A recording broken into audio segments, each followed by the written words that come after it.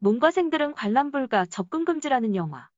3번, 4번을 본 용자들도 머리가 아프다는 영화.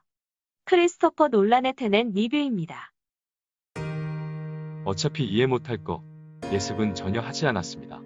예고편도 끝까지 안 봤어요. 주인공이 덴젤 워싱턴의 아들이란 것도 영화를 보고 난 다음에 알았을 정도입니다. 텅 빈 머리로 본 테넷의 첫 인상은 이랬습니다. 뭐야? 의외로 쉽잖아. 오프닝 액션은 눈과 귀가 즐거웠고 시간여행 설정도 심플했습니다. 시간여행이란 소재의 특성을 감안해서 초반 장면들이 나중에 또 쓰일 거라 예상. 열심히 영화가 쏟아내는 말과 이미지들을 기억했습니다. 하지만 중간 이후 스토리에서 턱 걸리는 지점이 있었고 그 후론 영화를 따라가기보단 딴 생각을 하는 시간이 많았습니다. 그렇다면 제가 턱 걸린 지점은 어디일까요? 영화를 보기 전엔 제가 걱정했던 건 과학이었죠. 전형적인 문과생인 저는 테넷이 품고 있는 과학 개념들을 이해하기 힘들었고 영화의 과학적인 요소에서 낙오할 거라 생각했습니다. 인버전, 물리학, 엔트로피, 사토르마강점 이 단어들이 뿜어내는 무시무시한 포스를 보세요. 하지만 막상 영화를 보니 영화의 과학적 요소는 그렇게 어렵지 않았어요. 놀라는 과학적 개념들을 영화적 약속으로 바꾸어 스토리에 잘 구겨 넣었습니다. 사실 진짜 현대 과학의 지식은 테넷보다 훨씬 어렵습니다.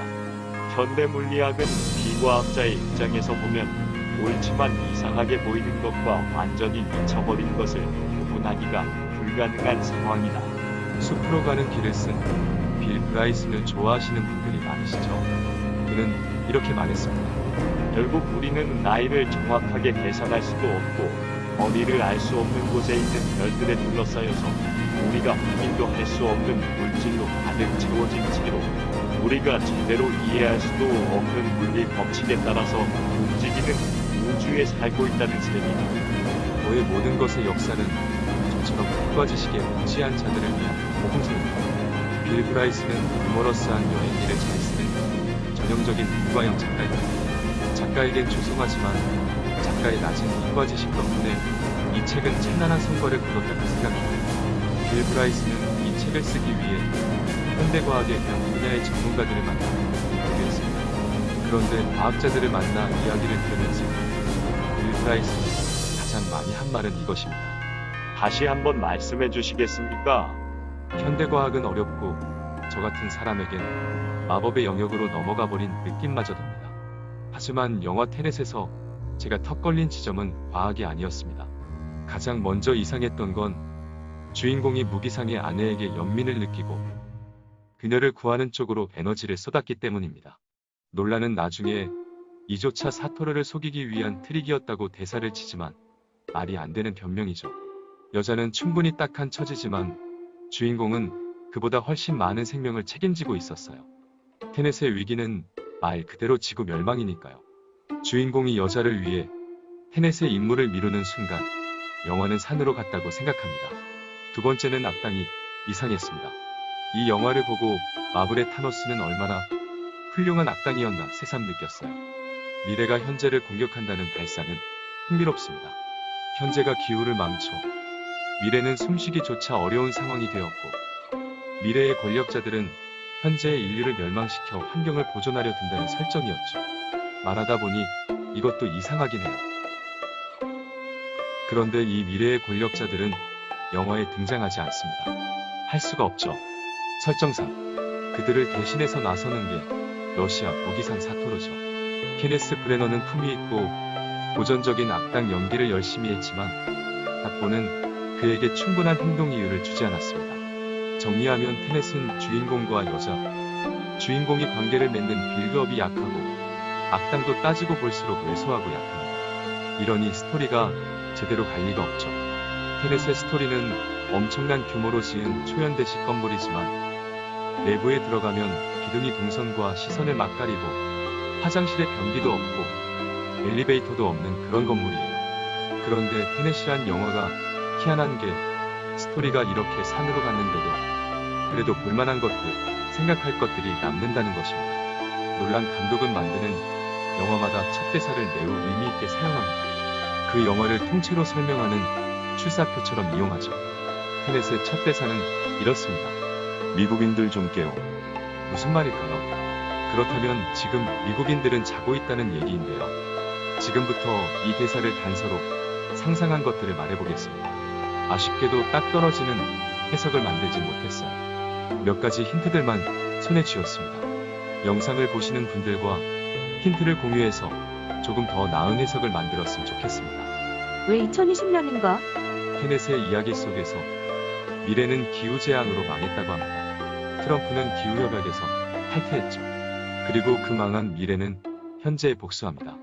그걸 막기 위해 테넷 조직이 활동하고요. 영화 속에서 테넷 특공대는 두 개 팀입니다.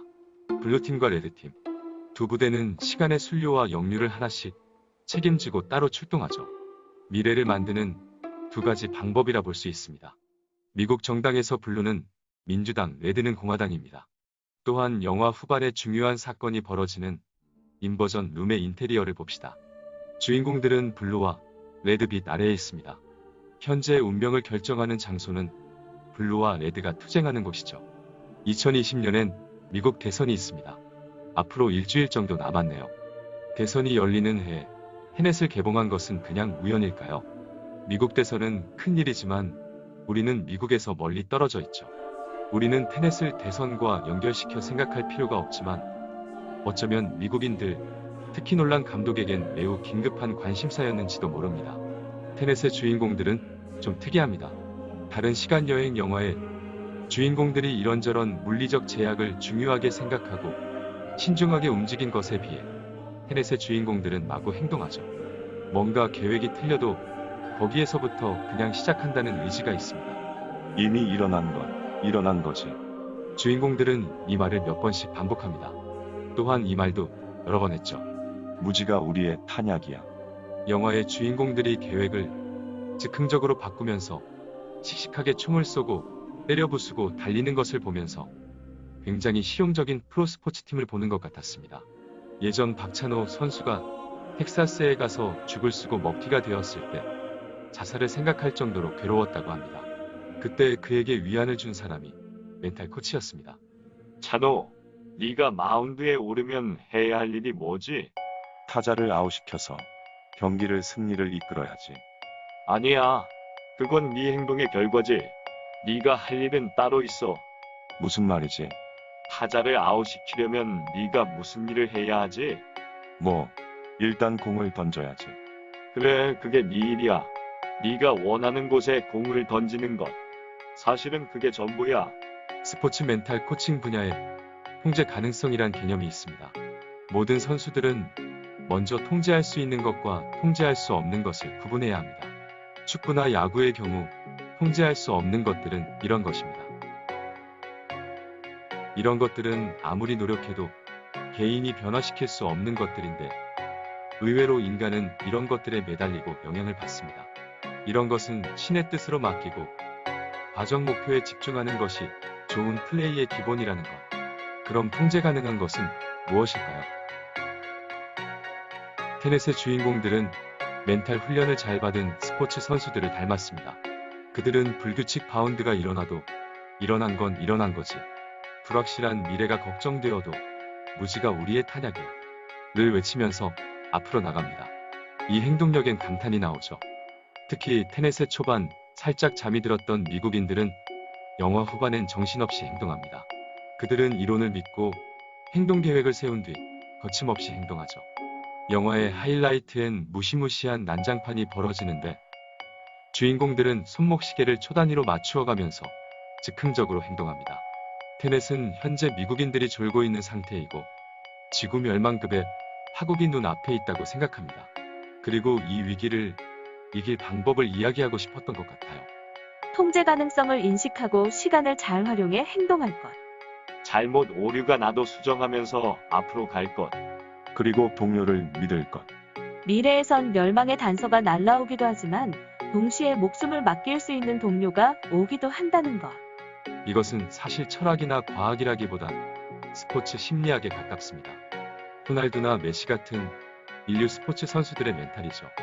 여기까지 생각하니 역시 미국은 스포츠의 왕국이란 생각이 들었습니다. 과학과 철학이 스포츠라는 산업에서 매우 구체적으로 적용되면서 사회 전 분야로 전파되는 느낌입니다. 좀 엉뚱한 결론을 말씀드리게 되었네요. 하지만 수정은 하지 않겠습니다.